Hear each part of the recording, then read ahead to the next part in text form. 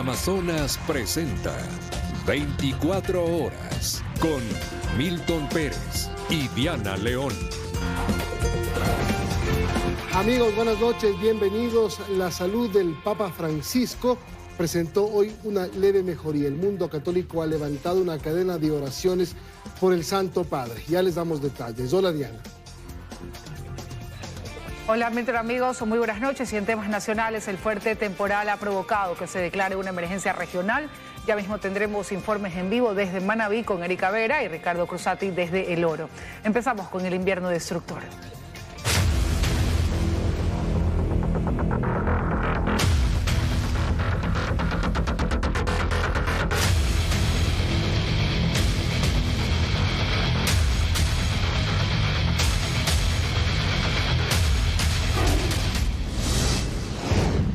El COE Nacional declaró en emergencia regional a las provincias de la costa por las intensas lluvias. A esta hora hacemos contacto con Ricardo Cruzati, quien sigue la sesión del COE, el Comité de Operaciones Especiales en Machala, en la provincia de Loa.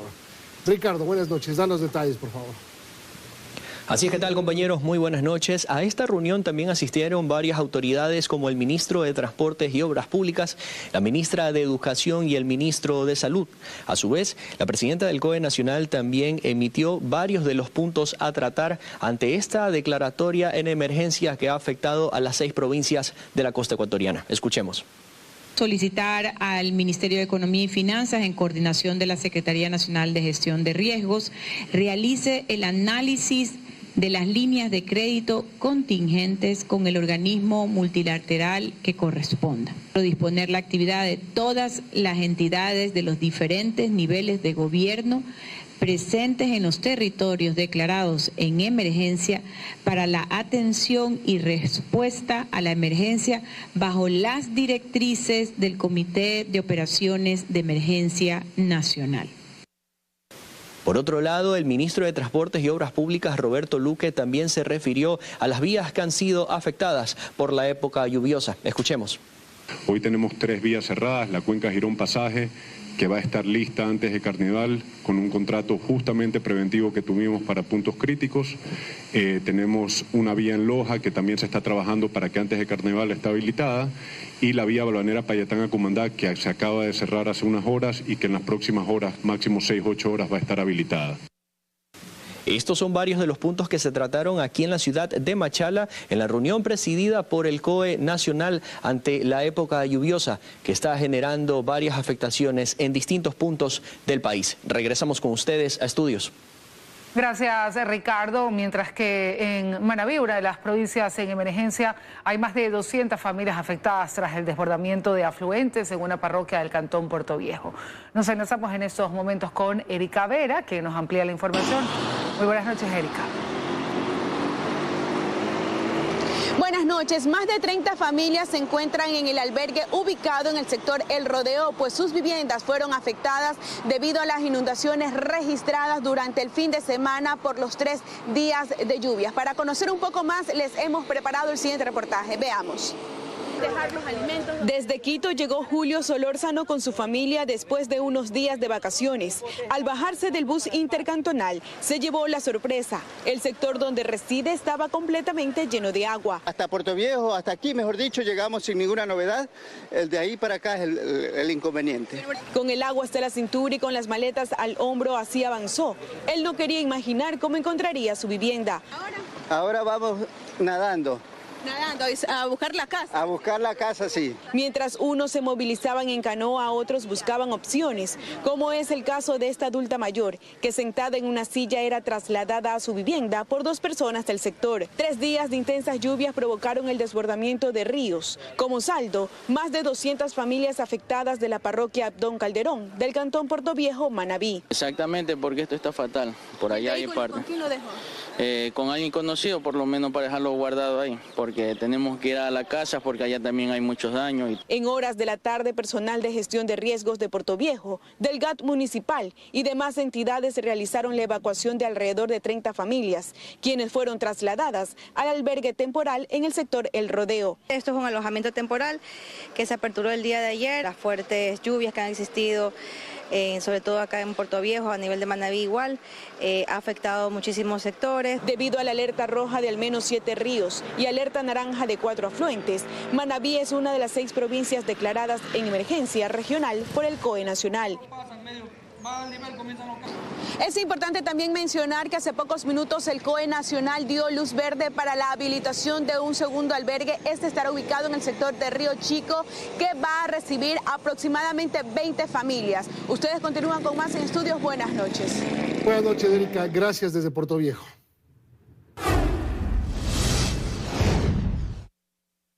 Guayaquil vivió un fin de semana de terror. Solo en esa ciudad la violencia criminal dejó al menos 25 víctimas mortales en sectores del noroeste y el suburbio. Con estos hechos se contabilizan más de 350 homicidios en esa ciudad en lo que va del año.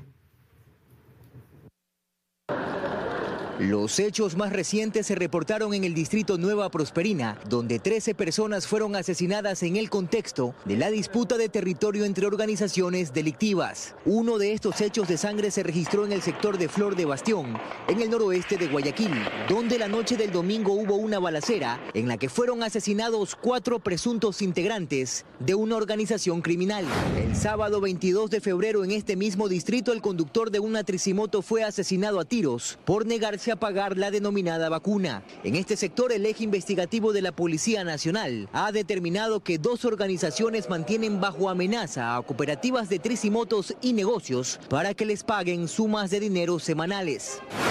En otro caso reportado el sábado, un hombre fue asesinado en la cooperativa Asad Bucarán de la parroquia Pascuales, donde hace menos de una semana se registró una masacre en la que 7 personas murieron en un ataque armado. La violencia criminal también se extendió hasta el suburbio de Guayaquil. En este sector, un sujeto con antecedentes penales fue asesinado en las calles 27 y la M, donde luego del hecho la policía realizó allanamientos, encontrando droga, armas de fuego y hasta explosivos que iban a ser utilizados en atentados extorsivos. En lo que va del año, Guayaquil ya suma más de 350 muertes violentas, siendo los 2 últimos fines de semana las fechas en las que más crímenes se reportaron. Eder Cheme, Teleamazonas. Y en Machala, y lo que va del mes, se han reportado más de 20 muertes violentas. Uno de los lugares más afectados es Puerto Bolívar, donde casi 30 locales comerciales han cerrado por temor a la delincuencia. Así lucen varios locales comerciales en Puerto Bolívar, completamente cerrados. Algunos con letreros de se alquila o se vende, convirtiendo varias zonas de este punto de Machala en una verdadera zona fantasma. Uno de los principales motivos de esta situación es la ola delictiva que azota a esta parroquia, donde los pocos comerciantes que aún permanecen intentan sobrevivir con las escasas ventas que les deja la creciente inseguridad. La falta de turismo, extorsiones y violencia han hecho que muchos prefieran cerrar sus negocios antes que arriesgarse a seguir trabajando. Yo tenía mi comedor y ahora yo tengo que con un corcho salir a vender para poder tener el sustento diario. 3 de la tarde uno tiene que coger y alzarse porque ya esto queda sólido, parece que fuera un pueblo fantasma. La situación ha cambiado hace 2 años en un destino que era clave para comerciantes en épocas de feriado, donde venían turistas de diferentes puntos del país.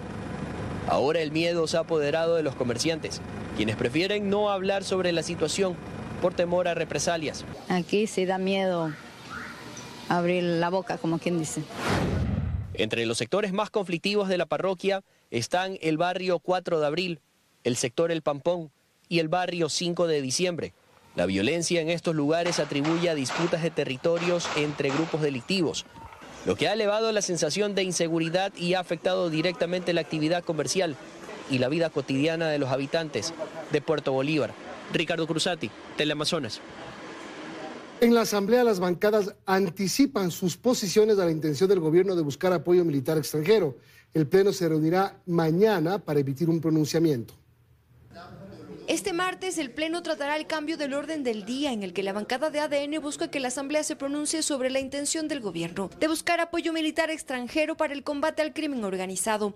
Este lunes las bancadas adelantan sus posturas. Sin dudarlo, nosotros vamos a apoyar, obviamente, No es por un tema electoral, nosotros ni siquiera estamos en la segunda vuelta electoral, pero sabemos que el país no puede esperar un segundo más. Y aunque la Revolución Ciudadana dio los votos para que se dé paso y se trate en el Pleno este tema, Franklin Samaniego dice que escucharán el contenido de la propuesta primero, antes de tomar una postura definitiva. En el debate tomaremos una posición. En este momento hemos estado señalando nuevamente el tema del fracaso en los temas de seguridad respecto a la gestión del gobierno nacional. Desde la bancada oficialista hacen reparos. Aquí hay solo dos caminos. O estás del lado del Ecuador y del progreso del país o estás del lado de las mafias, no hay por dónde perderse. Lo que sí cuestionan en Construye es que en manos de la presidencia de la Asamblea está el informe para primer debate de la reforma parcial al artículo 5 de la Constitución, que busca levantar el impedimento de instalar bases militares extranjeras en Ecuador.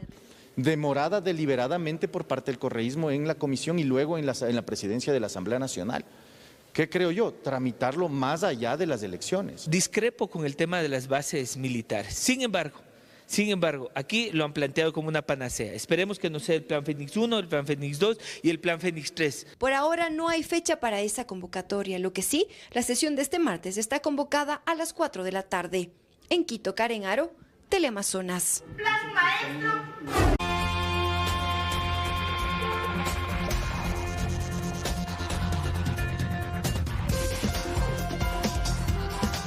Seguimos, amigos. Tras la nueva intervención por denuncias de corrupción y mafias, militares y policías realizan requisas y custodias en el hospital del IES Teodoro Maldonado Carbo en Guayaquil.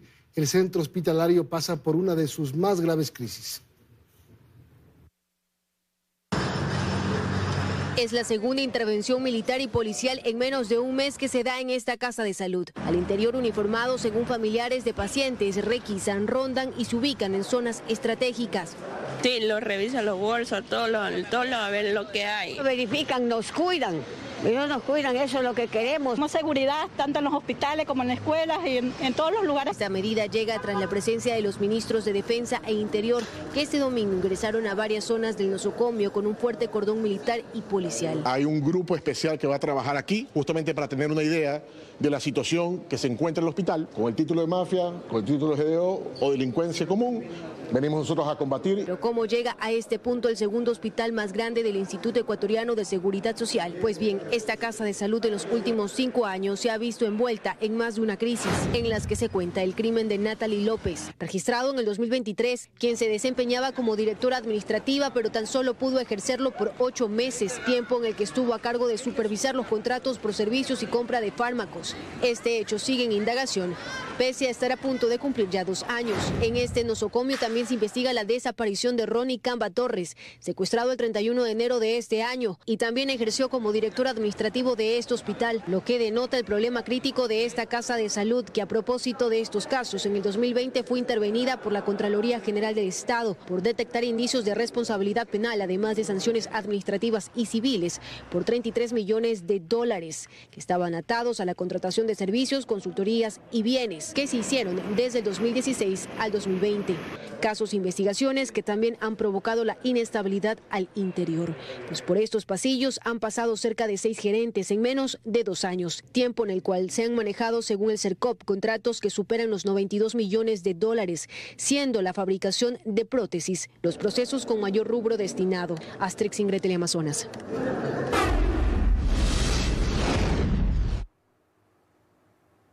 Y los empresarios indocumentados en Estados Unidos, pese a sus inversiones y aportes, temen ser deportados.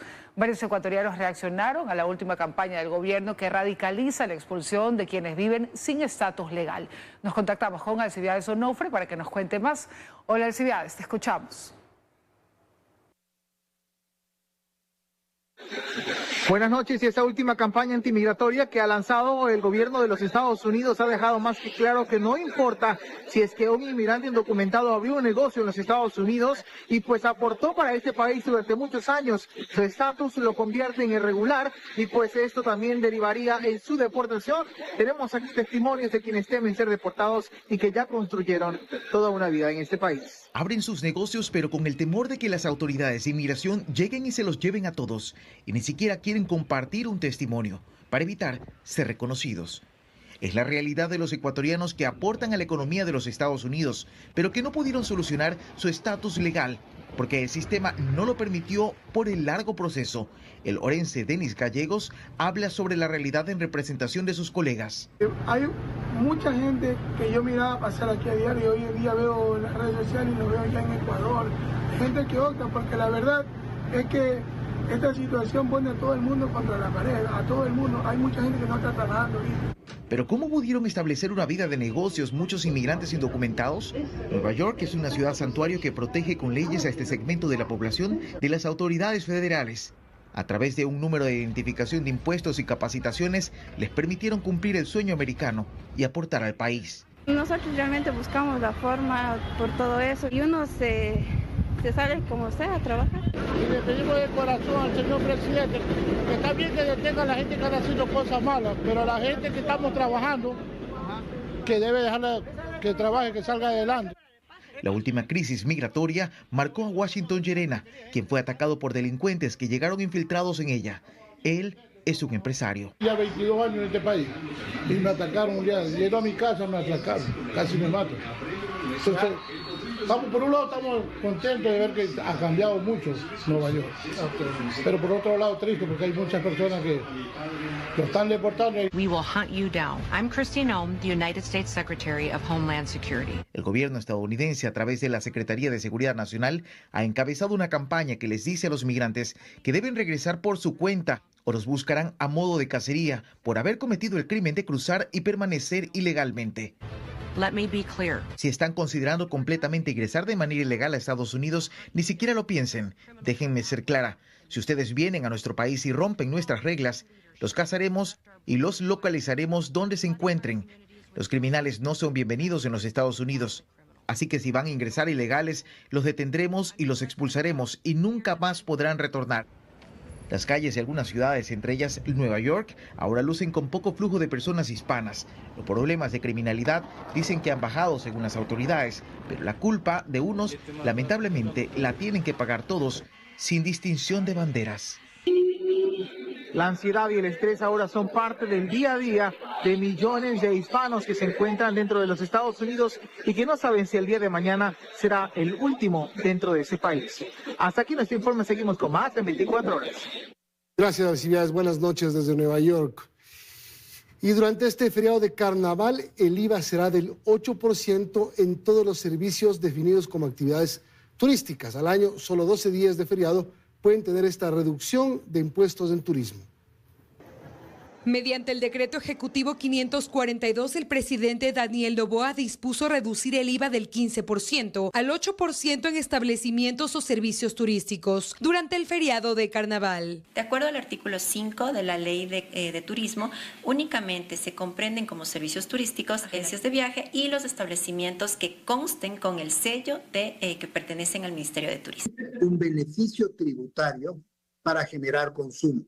Si es un beneficio para el consumidor. Son 10 los tipos de establecimientos y servicios que gozarán de esta reducción del IVA: alojamiento, alimentos, bebidas y entretenimiento, agenciamiento turístico, transporte turístico, organizadores de eventos, congresos y convenciones, reuniones, ferias y exhibiciones, centros de convenciones, recepciones o salas de banquetes, guianza turística, centros de turismo comunitario, parques temáticos y balnearios, termas y centros de recreación turística. Todos los hoteles que están registrados bajo el Ministerio de Turismo no cobran el 15 durante ese feriado, sino el 8. En el momento en el que se emite la factura, ya debe estar parametrizado el sistema para que podamos visualizar la tarifa del 8%. Y en segundo lugar, el sello. El sello es muy importante para poder distinguir cuáles sí cuentan con una autorización del Ministerio de Turismo. En caso de que un establecimiento dedicado al alojamiento quiera acceder a esta rebaja del impuesto al valor agregado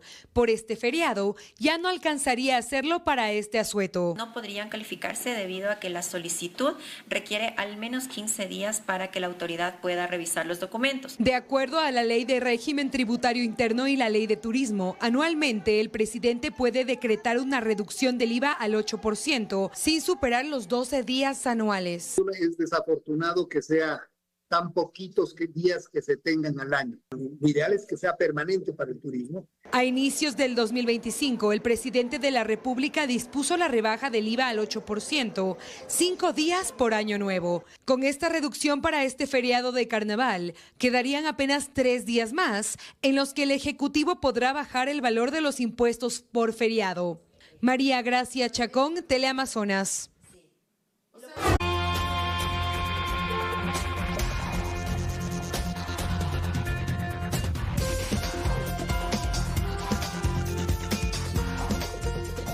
El Consejo Nacional Electoral aprobó este lunes los resultados numéricos de binomio presidencial, asambleístas nacionales, asambleístas del exterior y parlamentarios andinos de las elecciones de febrero de 2025.